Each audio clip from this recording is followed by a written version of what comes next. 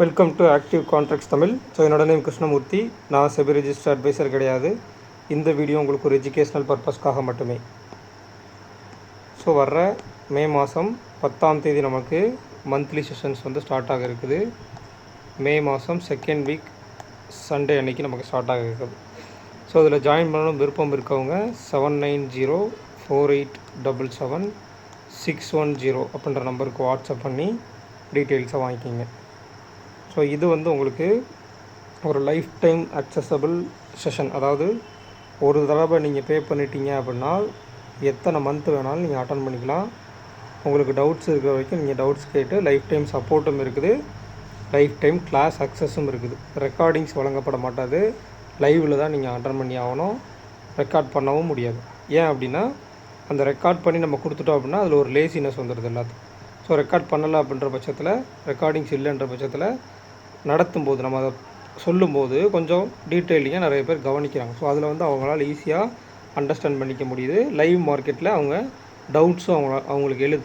இப்போ வந்து ரெக்கார்டிங்ஸ் இருக்குன்னா இதுக்கான டவுட்ஸ் இதில் இருக்குமோ அதுக்குமோ அவங்க தேட தேவையில்லை. உடனடியாக என்கிட்ட கேட்கும்போது அவங்களோட டவுட் இமீடியட்டாக கிளியர் ஆகும்போது அவங்களுக்கு புரிதல் வந்துடுது அந்த லைவ் மார்க்கெட்லேயே. ஸோ அதுக்காக வந்து நம்ம ரெக்கார்டிங்ஸ் கொடுக்க போகிறதில்ல. ஸோ இன்றைக்கி மார்க்கெட் என்ன நடந்திருக்கு அப்படின்னு கேட்டிங்கன்னா, ஒரு கேப் அப் ஓப்பன் எஸ்டர்டே ஹைக்கு மேலே ஓப்பன் ஆகிட்டு ஓப்பன் ஆன ஃபஸ்ட்டு 5 மினிட்ஸ்லேயே நமக்கு ஹை டு லோ அப்படின்றது கிட்டத்தட்ட 180 பாயிண்ட் நமக்கு ரேஞ்ச். அப்போ ஒரு நாளைக்கான ரேஞ்ச் எவ்வளோ? நார்மல் டேஸில் 100 to 150, கொஞ்சம் ஐவி அதிகமாக இருந்துச்சுன்னா ஒரு 200 பாயிண்ட் மூவ்மெண்ட் இருக்கும். அப்போ அதை தாண்டி 200க்கு மேலே போகும்போது அது வந்து ஒரு ஒன் சைட் மார்க்கெட்டாக நடைபெற வேண்டியது.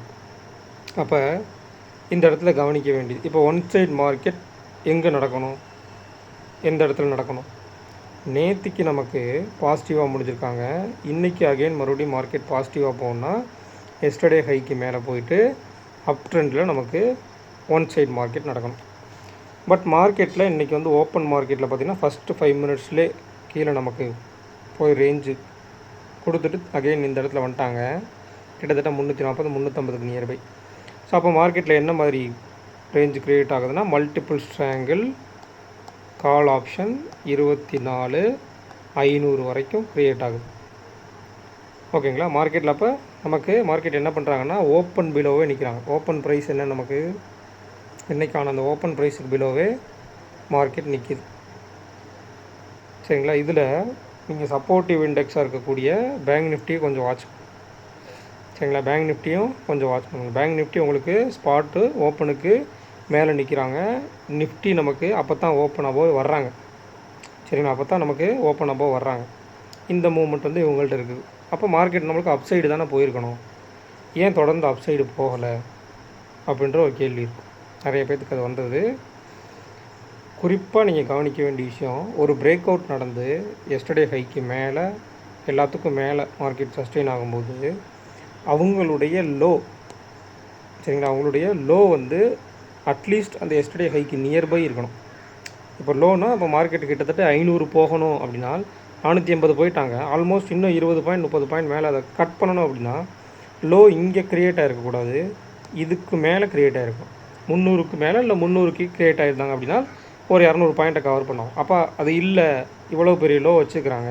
அப்போ நல்ல மொமெண்டம் மேலே போகணும்னா ஐடிஎம் டு ஓடிஎம் பர்சன்டேஜஸ் இருக்கணும். அப்போ ஐடிஎம் கால் ஆப்ஷன் ப்ரீவியஸ் க்ளோஸ்லேருந்து அவங்களுடைய ப்ரீவியஸ் க்ளோஸ் ப்ரைஸ் இருக்கும் இல்லையா, அந்த ப்ரைஸ்லேருந்து எவ்வளோ பர்சன்டேஜ் மேலே ஏறுறாங்களோ, இங்கேருந்து போகும்போது நம்மளுக்கு கால் ஆப்ஷன் ப்ரீவியஸ் க்ளோஸ்க்கு மேலே வந்திருக்கும் இல்லையா, அந்த ப்ரீவியஸ் க்ளோஸ்க்கு மேலே எத்தனை பர்சன்டேஜ் மேலே ஏறுறாங்களோ அதை விட ஓடிஎம் கொஞ்சம் அதிகமாக இருக்கணும். அப்போ என்ன ஆகும், மார்க்கெட் அவங்க மேல் நோக்கி இழுத்து கொண்டு போவாங்க. அந்த ஐடிஎம் டு ஓடிஎம் பர்சன்டேஜஸ் இருந்துச்சுன்னா ஒரு அப்சைட் மொமெண்ட். வேணா ஐடிஎம் கால் ஆப்ஷனை விட ஓடிஎம் கால் ஆப்ஷன் பர்சன்டேஜஸ் அதிகமாக வந்து அவங்க ஆக்டிவாக இருக்காங்கன்னு அர்த்தம்.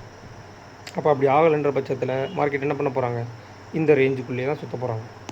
அப்போ ஒரு 150 to 200 பாயிண்ட் அப்படின்ற மொமெண்டத்தில் தான் சுற்ற போகிறாங்க. அப்போ ஆல்மோஸ்ட் 240னா 440 450 ஆல்மோஸ்ட் ஒரு 460 வரைக்கும் தான் போயிருப்பாங்க.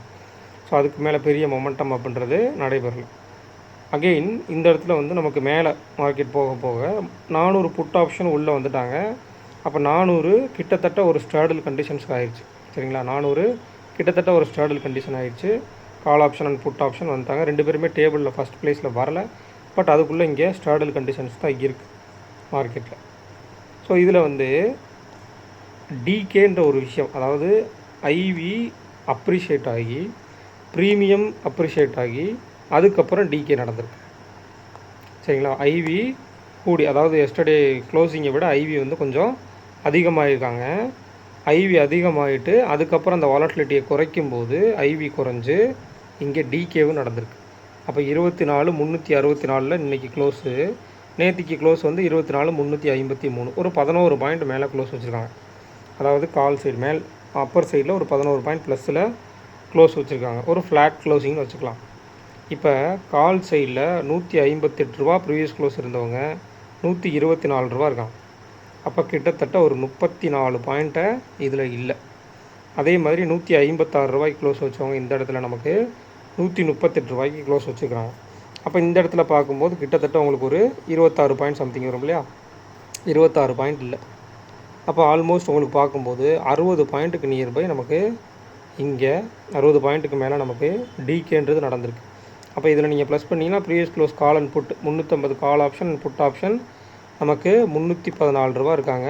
இப்போ க்ளோசிங்கில் உங்களுக்கு எடுத்துட்டிங்க அப்படின்னா 262 ரூபா இருக்காங்க. இவ்வளவு. அப்போ கிட்டத்தட்ட 62 பாயிண்ட் 52 பாயிண்ட் அந்த இடத்துல ஒரு டிகேன்றது நடந்திருக்கு. சரிங்களா? ரெண்டு சைடுமே பார்க்கும்போது 50 to 60 பாயிண்ட் டிகே நடந்திருக்கு. ஸோ நாளைக்கு நமக்கு எக்ஸ்பைரி இதில் டேபிளின் அடிப்படையில் பார்க்கும்போது நம்மளுக்கு ஒரு கால் ஆப்ஷன் அமைஞ்சிருக்கு, மல்டிபிள் ஸ்ட்ராங்கிள் கால் ஆப்ஷன் அமைஞ்சிருக்கு. பட் அதுக்கு இடையில் ஒரு சின்ன புட் ஆப்ஷன், அதாவது 400 புட் ஆப்ஷன் உள்ளே வந்துட்டாங்க. இதில் குறிப்பிட்டு நீங்கள் பார்த்தீங்க அப்படின்னா மார்க்கெட் மேலே போயிட்டு கீழே வந்திருக்காங்க. ஆனாலும் இந்த இடத்துல மேலே போகும்போது இருந்த ஐடிஎம் கால் ஆப்ஷன் அகைன் திருப்பி கீழே வரும்போது அந்த ஐடிஎம் கால் ஆப்ஷன் இல்லை.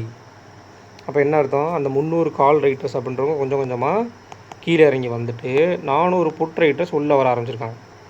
இதுதான் இன்றைக்கி நடந்திருக்க மொமெண்டம்.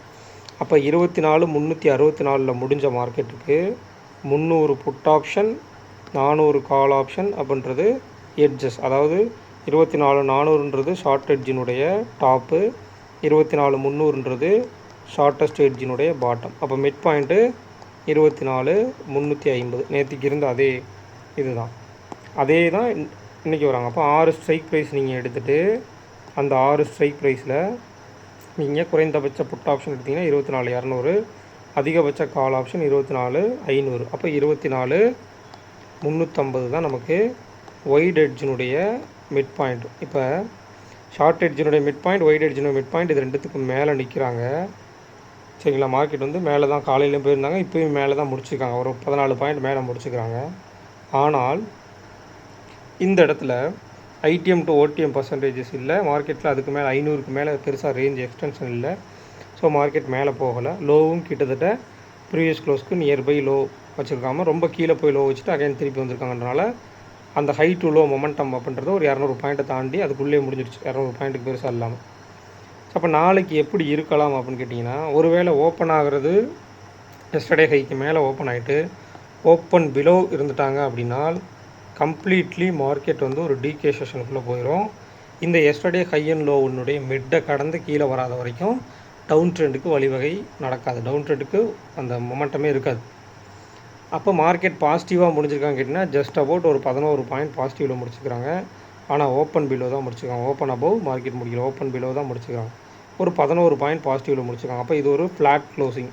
அப்போ ஃப்ளாட் க்ளோசிங் நடந்து மார்க்கெட்டில் ரேஞ்ச் கம்மியாக இருந்தால் என்னாகும், ஹையை பிரேக் பண்ணும்போது லோவையும் பிரேக் பண்ணுது. நம்ம பார்த்துருந்தோம் ஆல்ரெடி ஒரு மார்க்கெட்டில் நடந்திருக்கு.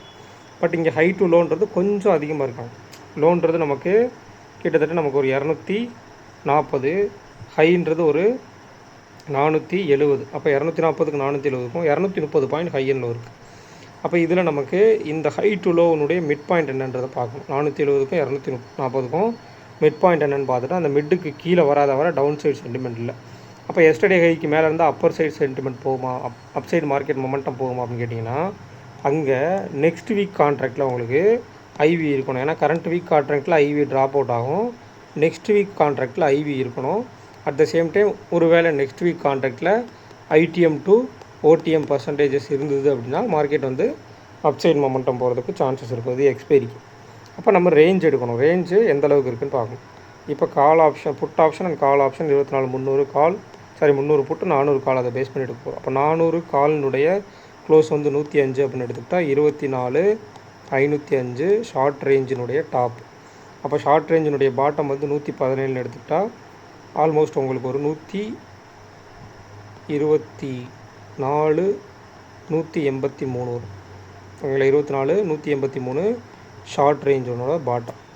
அடுத்ததாக வந்து நீங்கள் இதில் ரெண்டையுமே ப்ளஸ் பண்ணணும். 105 + 117 அப்படின்னு எடுத்துக்கிட்டால் 222. அப்போ 24 622 அப்படின்றது ஒயிட் ரேஞ்சினுடைய டாப்பாக இருக்கக்கூடும். 24 622.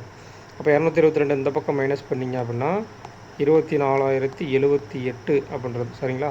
24,078 அப்படின்றது இந்த சைடில் நமக்கு ஒயிட் ரேஞ்சோட பாட்டமாக இருக்கும். இதில் முக்கியமான விஷயம் ஐவி. ஒருவேளை நாளைக்கு மார்க்கெட் ஓப்பன் ஆகும்போது இன்னும் இருக்கக்கூடிய இந்த ஐவியே இருக்காங்க அப்படின்னால் மார்க்கெட்டில் வந்து ஓப்பன் மார்க்கெட்டில் ஒரு வாலட்டிலிட்டி இருக்கும். அந்த ஐவி ட்ராப் அவுட் ஆக வாலட்டிலிட்டி குறையும். நெக்ஸ்ட் வீக் ஐவி இருக்கும்போது ஒரு 0-0க்கான மொமெண்டம் இருக்கும். ஆனால் இங்கே உங்களுக்கு மார்க்கெட் நம்மளுக்கு வந்து ஒரு side wise to flat closing முடிஞ்சாலும் கால் சைடு 19, புட் சைடு வந்து 32. அப்போ கிட்டத்தட்ட ஒரு 1.5 மடங்குக்கு மேலே அவங்க கூட வச்சுருக்காங்க. உங்களுடைய ஐவின்றது கூட இருக்குது. அப்போ புட் ஆப்ஷன் சைடுக்கு நாளைக்கு மார்க்கெட் ஓப்பன் அபோவ் நின்ட்டாங்க அப்படின்னா புட்டினுடைய டிகேன்றது பெரிய அளவில் இருக்கும். ஏன்னா அவங்களுக்கு ஐவி அதிகமாக இன்றைக்கி க்ளோஸ் ஆகிருக்கனால நாளைக்கு ஓப்பன் மார்க்கெட்டில் ஓப்பன் ஆனோடனே ஓப்பனுக்கு மேலே நின்ட்டாங்கன்னா புட்டினுடைய டிகே அதிகமாக இருக்கும். ஓப்பன் பிலோ நின்ட்டாங்கன்னா புட் ஆப்ஷனுக்கு ஒரு மினிமம் டு மேக்ஸிமம் ப்ரீமியம் கொடுத்து வந்துடுவாங்க. இன்றைக்குமே மார்க்கெட் வந்து இன்றைக்கி நல்ல மொமெண்டம் போகாத காரணம் கால் ஆப்ஷன் வந்து இந்த இடத்துல ஒரு லோ, அப்போ இந்த இடத்துல ஒரு ஹை அப்படின்றது ஒரு மேக்ஸ் ப்ரீமியம் அவங்களுக்கு கொடுத்துட்டாங்க. ஸோ குறிப்பிட்ட ஒரு ப்ரீமியம் மேக்ஸிமமாக கொடுத்துட்டாங்க அப்படின்ற பட்சத்தில் அகைன் அவங்களுக்கு கொடுக்குறதுக்கு வாய்ப்பு கம்மியாக இருக்கும். நம்மளுடைய கால்குலேஷன்ஸ் படி அதில் வந்து வாய்ப்பு கம்மி. ஒரு குறைந்தபட்ச ப்ரீமியம் அதிகபட்ச ப்ரீமியம் 2 கணக்கீடுகள் இருக்குது. ஸோ அதில் வந்து பார்த்திங்கன்னா அதிகபட்ச ப்ரீமியம் அவங்களுக்கு கொடுத்துட்டாங்க அப்படின்றத இந்த இடத்துல நம்மளுக்கு இண்டிகேட் பண்ணியிருந்தாங்க. ஸோ அப்போ அதுக்கு மேலே ப்ரீமியம் அப்படின்ற கொடுக்குறதுக்கும் வாய்ப்பு ரொம்ப ரொம்ப கம்மியாக இருக்குது. அப்போ இவங்களுக்கு சப்போர்ட்டிவ் இண்டெக்ஸாக இருக்கக்கூடிய பேங்க் நிஃப்டி இன்றைக்கி ஓப்பன் அபோவ் க்ளோஸ் வச்சுருக்காங்களா அப்படின்றதே பார்க்கும். ஸோ இப்போ இவங்க வந்து ஓப்பன் பிலோ க்ளோசிங், அது நிஃப்டி வந்து ஓப்பன் பிலோ க்ளோசிங், பேங்க் நிஃப்டியும் ஓப்பன் பிலோ க்ளோஸ் தான் வச்சுருக்காங்க. கிட்டத்தட்ட 56,582. அவங்களுடைய ஓப்பன் அப்படின்றது 56,708. அப்போ அவங்களுமே கிட்டத்தட்ட ஒரு 100 பாயிண்ட் 110 பாயிண்ட் ஓப்பன் பிலோ தான் வச்சுக்கிறாங்க. அப்போ இந்த வீக் இது வந்து இந்த வீக்குக்கான ஓப்பன் அப்படின்னா வீக்லி ஓப்பன் எப்படி இருக்குது, வீக்லி ஹை எப்படி இருக்குது, டே வைஸ் நமக்கு ஓப்பன் பிலோ முடிச்சுக்கிறாங்க இல்லையா. வீக்லி வைஸும் நமக்கு ஓப்பன் பிலோ முடிச்சுருக்காங்க. அப்போ இன்றைக்கி ஓப்பன் அப்படின்றது வீக்லி ஓப்பன் 24,391 வீக்லி ஓப்பன். அதே மாதிரி இந்த லாஸ்ட் வீக் ஹை அதாவது 24,400க்கு மேலே நாளைக்கு நிற்கிறாங்களா, மார்க்கெட் வந்து சஸ்டெயின் ஆகுதான்னு பார்க்கும். ஏன்னா வீக்லி ஹைக்கு மேலே மார்க்கெட் நிற்கும் போது அகைன் போவாங்க. அப்போ இன்றைக்கி டே ஹையான 480 சம்திங் இருக்குல்ல, அந்த 480க்கும் மேலே மார்க்கெட் நிற்குதான்னு பார்க்கும். ஸோ இதெல்லாம் வந்து நாளைக்கு கொஞ்சம் முக்கியமான லெவல்ஸாக இருக்கும். ஸோ அதெல்லாம் தான் பார்க்கணும். அதே மாதிரி ப்ரீவியஸ் க்ளோஸு இன்றைக்கி க்ளோஸ் ஆகிருக்கு கூட 24,364க்கு மேலேயும் சஸ்டெயின் ஆகிறாங்கன்னு பார்க்கணும்.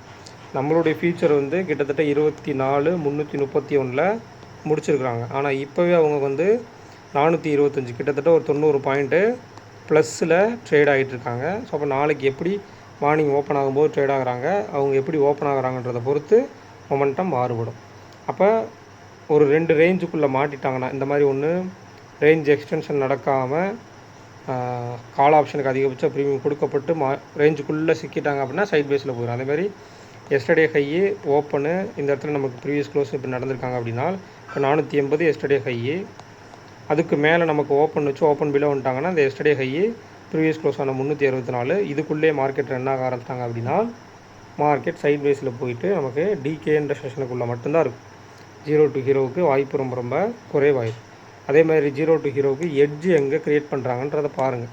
ஒரு 12 மணிக்கு மேலே 1 மணிக்கு மேலே எட்ஜு அந்த இடத்துல க்ரியேட் ஆகுது. அந்த எட்ஜு எக்ஸ்டென்ஷன் ஆகுதா இல்லை அந்த எட்ஜில் போய் ரிவர்சல் நடக்குதா, அதுதான் டிசைட் பண்ணிவிட்டு அதுக்குள்ளே ரிவர்சல் நடத்துகிறாங்களா அப்படின்றதையும் பாருங்கள். ஸோ அதை பார்த்தீங்க அப்படின்னா 0 to ஹீரோவுக்கு ஒரு வாய்ப்புன்றது கிடைக்கும். அதாவது எட்ஜிலேருந்து 2 எட்ஜு சரிங்களா, 2 எட்ஜு டாப் சைடு எட்ஜும் பாட்டம் சைடு எட்ஜும் இருக்கும். அதுக்கு நடுவில் நம்ம மிட் பாயிண்ட்டை வந்து கால்குலேட் பண்ணி கண்டுபிடிக்கணும். மிட் பாயிண்ட் எதுன்றது ரொம்ப ரொம்ப சிம்பிள். இப்போ 24,300 புட் ஆப்ஷன் 400 கால் ஆப்ஷன் அப்படின்னு சொல்லி 2 எட்ஜு கொடுத்துட்டாங்கன்னா 350 மிட் பாயிண்ட். அப்போ 400 போயிட்டு அங்கேருந்து திருப்பி 350 வர்றது ஒரு 0 to ஹீரோ. அல்லது 300 போயிட்டு திருப்பி 350க்கு வர்றதுன்றது ஒரு 0 to ஹீரோ. இதுதான் இந்த 0 to ஹீரோ. ஸோ அப்படி நடக்கிறதுக்கு ப்ராபபிலிட்டி இருக்கான்றதை பார்த்து அனலைசிஸ் பண்ணி ட்ரேட் எடுங்க. 0 to ஹீரோ கிடையாது, 0 or ஹீரோ. அப்போ நீங்கள் எடுக்கக்கூடிய ப்ரீமியம்ன்றது அந்த ரிஸ்க்குக்கு நீங்கள் ஒரு 20 ரூபா ஒரு ப்ரீமியம் எடுக்கிறீங்க அப்படின்னா கிட்டத்தட்ட ஒரு 1300 அந்த 1300 லாஸ் ஆனாலும் எனக்கு ப்ராப்ளம் இல்லை அப்படின்றவங்க தான் அந்த 0 to ஹீரோவை எதிர்பார்க்கணும். சரிங்களா? அட் த சேம் டைம் வந்து ஒரு ஃப்ளூக்கில் எடுக்காதீங்க. ஃப்ளூக்கில் தயவு செஞ்சு எடுக்காதீங்க. ஃப்ளூக்கில் நீங்கள் எடுத்து பழகிட்டீங்கன்னா அது ஒரு நாள் கிடைக்கும், ஒரு நாள் கிடைக்காது. But maximum of the time கிடைக்காம போகிறதுக்கு தான் சான்சஸ் அதிகம். ஏன்னா நீங்கள் எடுத்து பாருங்கள், ஹிஸ்ட்ரியில் ஒவ்வொரு டைம் 0 to ஹீரோ நடக்கும்போதும் 0 to ஹீரோவில் 100 நாள் 100 எக்ஸ்பைரி நடந்திருக்கு அப்படின்னா அந்த 100 எக்ஸ்பைரியில் அதிகபட்சம் ஒரு 20 எக்ஸ்பைரிக்கு தான் மொமெண்டம் பெருசாக இருந்திருக்கும். ஒரு 10 ரூபா இருக்கவங்க வந்து 50 ரூபா 60 ரூபா 80 ரூபா போகிறது, அந்த மாதிரி எக்ஸ்பைரி டைமிங்கில் ஒரு 12 மணிக்கு மேலே அந்த மேலாம். ஸோ அதெல்லாம் வந்து ரொம்ப ரேரஸ்ட்டாக தான் நடந்திருக்கு. 20 to 30 டேஸில் தான் நடந்திருக்கும். மீதி 100 நாளில் 70 நாள் வந்து 0 தான் ஆயிருப்பாங்க. ஸோ அதனால் வந்து கொஞ்சம் பார்த்து கேர்ஃபுல்லாக ட்ரேட் பண்ணுங்கள். இந்த வீடியோ பிடிச்சிருந்துச்சு அப்படின்னா லைக் பண்ணுங்கள், ஷேர் பண்ணுங்கள், சப்ஸ்கிரைப் பண்ணுங்கள். மறக்காமல் கருத்துக்களை வந்து கமெண்ட் செக்ஷனில் கமெண்ட் பண்ணுங்கள். நன்றி, வணக்கம்.